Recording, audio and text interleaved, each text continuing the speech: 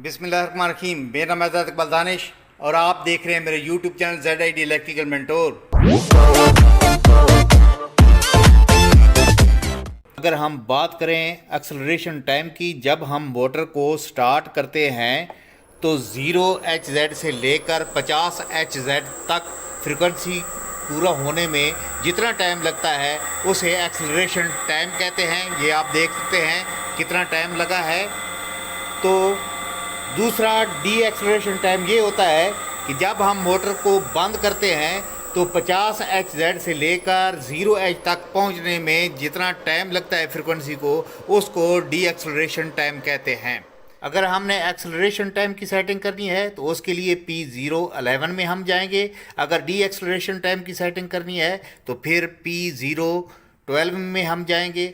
हाँ तो नाज़रीन, सबसे पहले हम बात करते हैं एक्सेलरेशन टाइम के फ़ायदों के बारे में। एक्सेलरेशन टाइम P011 की सेटिंग को अगर हम कम करेंगे, एक्सेलरेशन टाइम को कम रखेंगे VFD के अंदर, तो कौन कौन से फ़ायदे होते हैं। पहले नंबर पर मोटर जल्दी मतलूबा स्पीड पर पहुंच जाती है। दूसरे नंबर पर प्रोडक्शन टाइम कम होता है। तीसरे नंबर पर मशीन फौरी रिस्पांस देती है। इसके अलावा कन्वेयर या पंप जल्दी काम शुरू करता है। बार बार स्टार्ट होने वाली मशीनों के लिए एक्सेलरेशन टाइम P011 की सेटिंग को कम रखना वो मुफीद साबित होता है। P011 की सेटिंग को अगर हम कम रखेंगे, एक्सेलरेशन टाइम कम रखेंगे, तो वक़्त की बचत होती है। बाज़ ऑटोमेटिक सिस्टम में कारकर्दगी, उसकी एफिशिएंसी बेहतर होती है। एमरजेंसी ऑपरेशन में फ़ायदा होता है। एक्सेलरेशन टाइम P011 की सेटिंग को अगर कम रखा जाए तो तेज़ रफ्तार प्रोसेसिंग मुमकिन होती है। सनती आउटपुट में इजाफा हो सकता है। ये तो था एक्सेलरेशन टाइम P011 की सेटिंग को कम करने का फ़ायदा कौन कौन सा होता है। अब उसके नुकसानात सुन लें। P011 की सेटिंग को अगर हम कम रखेंगे तो मोटर ज़्यादा करंट खींच सकती है। ओवर करंट का फॉल्ट आने का इम्कान जो है वो बढ़ सकता है। P011 की सेटिंग को अगर हम कम रखेंगे तो मोटर पर झटका पड़ सकता है। इसके अलावा बैरिंग और कपलिंग जल्द ख़राब हो सकते हैं। P011 यानी कि एक्सेलरेशन टाइम की अगर सेटिंग को हम कम रखेंगे तो बेल्ट स्लिप हो सकती है, VFD पर लोड बढ़ सकता है। इसके अलावा मैकेनिकल वाइब्रेशन पैदा हो सकती है। P011 की सेटिंग को कम रखने से गियर या शाफ्ट को नुकसान पहुंच सकता है। मोटर हीट अप हो सकती है। बिजली की सप्लाई पर इजाफी दबाव, स्ट्रेस बढ़ सकता है। ये तो थे एक्सेलरेशन टाइम P011 की सेटिंग को कम करने के फ़वायद और नुकसानात। अब हम सुनते हैं एक्सेलरेशन टाइम को ज़्यादा अगर किया जाए, P011 की सेटिंग को ज़्यादा किया जाए तो कौन कौन से फ़ायदे हो सकते हैं। पहले नंबर पर मोटर नर्म अंदाज में स्टार्ट होती है। इसके अलावा स्टार्टिंग करंट कम रहता है। मशीनरी की उम्र बढ़ती है। बैरिंग और गियर महफूज रहते हैं। VFD में फॉल्ट्स कम आते हैं। मैकेनिकल शॉक कम होता है।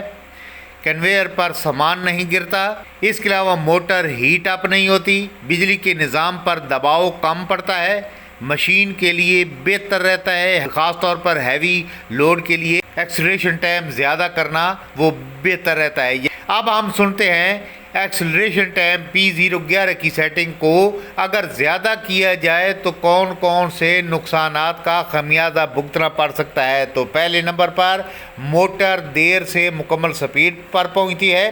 प्रोडक्शन सुस्त हो सकती है।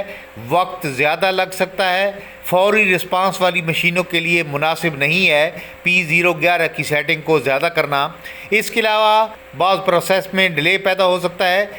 बार बार स्टॉप या स्टार्ट करने में कारकर्दगी, उसकी एफिशिएंसी मुतासर हो सकती है। P011 की सेटिंग को अगर ज़्यादा किया जाए तो एमरजेंसी हालात में फौरी रफ्तार हासिल नहीं होती।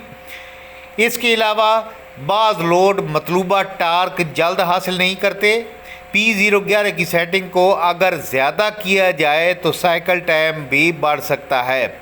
अब हम बात करते हैं इसके डिसेलरेशन टाइम यानी कि P012 की सेटिंग को अगर कम किया जाए तो कौन कौन से फ़ायदे होते हैं। नंबर 1, मोटर जल्द रुक जाती है। एमरजेंसी स्टॉप में फ़ायदा देता है।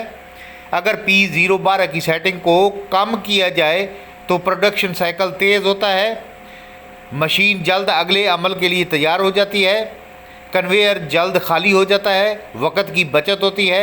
P012 की सेटिंग को अगर कम रखा जाए तो ऑटोमेटिक सिस्टम तेज़ काम करते हैं। इसके अलावा पोजीशन कंट्रोल बेहतर हो सकता है, बार बार स्टॉप स्टार्ट वाली मशीनों के लिए मुफीद साबित होता है।